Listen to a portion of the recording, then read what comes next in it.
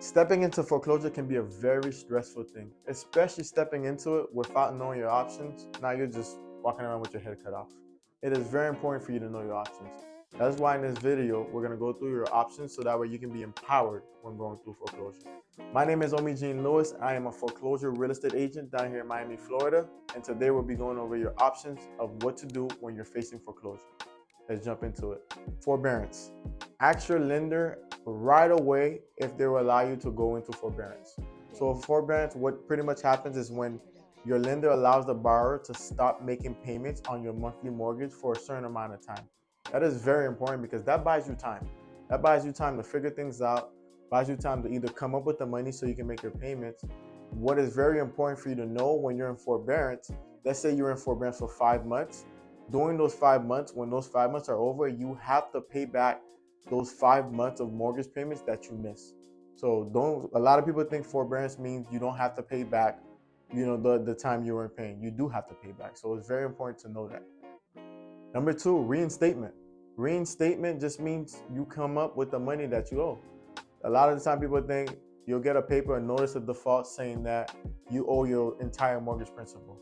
But if you're early on within your foreclosure, you have the time to go ahead and just pay back exactly what you missed in monthly payments, also including interest. Number 3, consider a loan modification. What a loan modification simply is just a rewrite of the homeowner's mortgage without any closing costs. When you refinance, you have to pay closing costs. So it's like buying another home.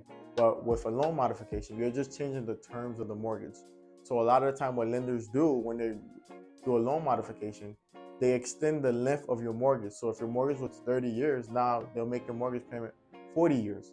So what that would do, that would lengthen your mortgage and then that would lower the payments. Or sometimes, which is very rare as well too, most lenders will take your principal that you owe, the full amount that you know, split it into a larger portion and also a small portion. You'll pay interest on the larger portion, and on the small portion, they'll defer that balance for later on. And most people, when it comes down to the time for them to sell their house in the future, they forgot about that smaller balance. So it's very important to know the terms of the loan modification if you decide to get a loan modification. Try a short sale. So a short sale pretty much is when a lender accepts less than the actual balance of what is owed on a foreclosure. Why would a lender even consider a short sale? Because it saves them time and expensive rather than going through a formal foreclosure.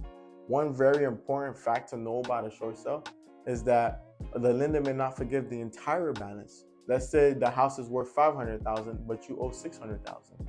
Now they might only forgive a small portion of it, or sometimes they forgive the entire thing. So it's very important for you to find out what they're forgiving, the entire balance or just a portion. Deed in lieu, or most people know it as a deed in lieu of foreclosure. Pretty much when you just sign over the title of the property to a lender and just call it quits. I would consider that the last result if you cannot get approved for a loan modification or if you can't get approved for a short sale. A deed in lieu is just a quick thing as well too. Rather than going through a formal foreclosure, save time and expenses, you just sign over the property to a lender. Obviously, most likely I would do that in a case if the property is underwater. 2 bonus options. Hire a defense attorney. Why would you want to hire a defense attorney? Because they know what you're doing. Especially if you don't know what you're doing, hire a defense attorney. They can help you either get approved for a loan modification, especially if you don't know what you're doing on loan modification. And 2, they can buy you more time. If you need more time to figure things out and you typically yourself would not know how to buy more time, a defense attorney will know how to get you that time that you need.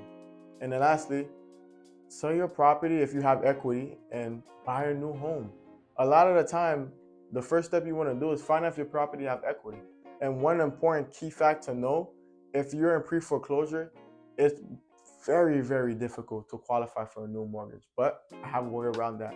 So let's say you had equity on your property, you cashed out that property, you sold, and now you have a big lump sum or a big down payment. Now you take that down payment and you put that money into, and you get a hard money loan. When you get a hard money loan, most of the time they don't care about your credit.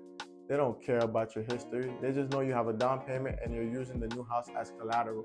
Now it's basically purchasing a new house with cash.